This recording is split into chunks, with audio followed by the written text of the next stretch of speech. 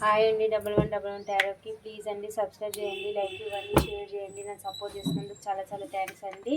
మీ partner తన మనసులో ఉన్న ఫీలింగ్స్ మీకేం చెప్పాలనుకుంటున్నారో చూద్దాము.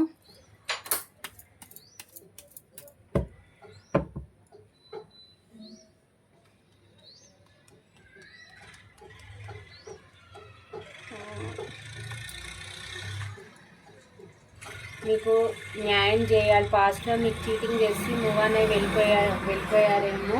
ఇప్పుడు మీకు న్యాయం చేయాలి అని అయితే అనుకుంటున్నారు. మిమ్మల్ని మ్యారేజ్ చేసుకోవాలి అని అనుకుంటున్నారు. మీకు కమిట్మెంట్ ఇవ్వాలి అని అనుకుంటున్నారు. మీ దగ్గరికి రావడానికి చాలా ప్యాషన్ మీద ఉన్నారండి. ప్యాషన్ న్యూబింగ్ చేయాలి మీతోని. ఎలాగైనా సరే మాట్లాడాలని అయితే అనుకుంటున్నారు. ఇవి తన మనసులోని మాటలండి. తను మీ గురించి ఇలా ఆలోచిస్తున్నారు. మిమ్మల్ని చాలా మిస్ అవుతున్నారండి. తన లైఫ్లో చాలామంది ఉన్నా కానీ మీలాగా ఎవ్వరు తనకి ప్రేమ అందించలేదు. తను వేరే వాళ్ళు తనని ప్రేమ చూపించినా కానీ వాళ్ళు మిమ్మల్ని మిస్ అవుతున్నారు. చాలా చాలా మిమ్మల్ని మిస్ అవుతున్నారండి. మిమ్మల్ని 24/7 మీ గురించి ఆలోచిస్తున్నారు. మిమ్మల్ని అయితే మిస్ అవుతున్నారు.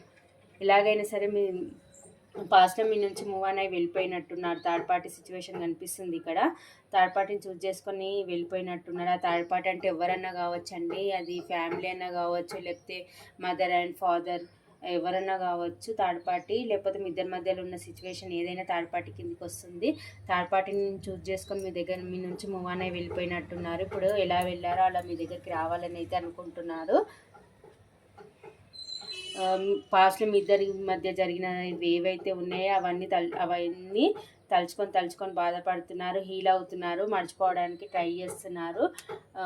మిమ్మల్ని ఒక స్టార్ లెవెల్లో చూస్తున్నారు. మీకు తనకు ఆఫర్ అయితే మీకు ఇవ్వాలనుకుంటున్నారు. ఎమోషనల్ ఆఫర్ అయితే ఇవ్వాలనుకుంటున్నారు. తన ఫీలింగ్స్ అన్ని మీతోనైతే షేర్ చేసుకోవాలనుకుంటున్నారు.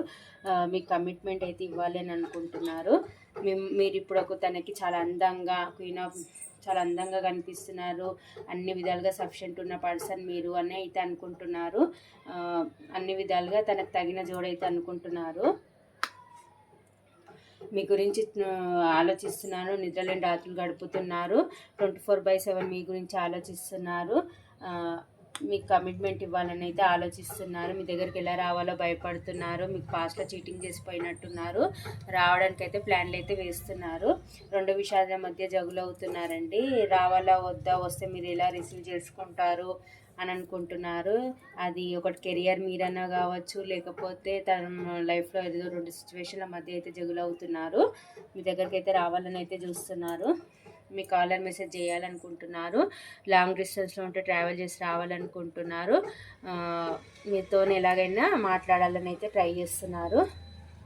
మీతో మాట్లాడి తన ఎమోషన్స్ అన్నీ షేర్ చేసుకోవాలని అనుకుంటున్నారు. ఎన్నో ఎమోషన్స్ ఉన్నా ఏమున్నా కానీ బయటకు అయితే చూపించట్లేదు. చాలా స్టబాన్గా ఉంటున్నారు. ఏం తెలియదు అన్నట్టుగానే ఉంటున్నారు. తన మైండ్ అంతా డిస్టర్బ్గా ఉంటుందండి.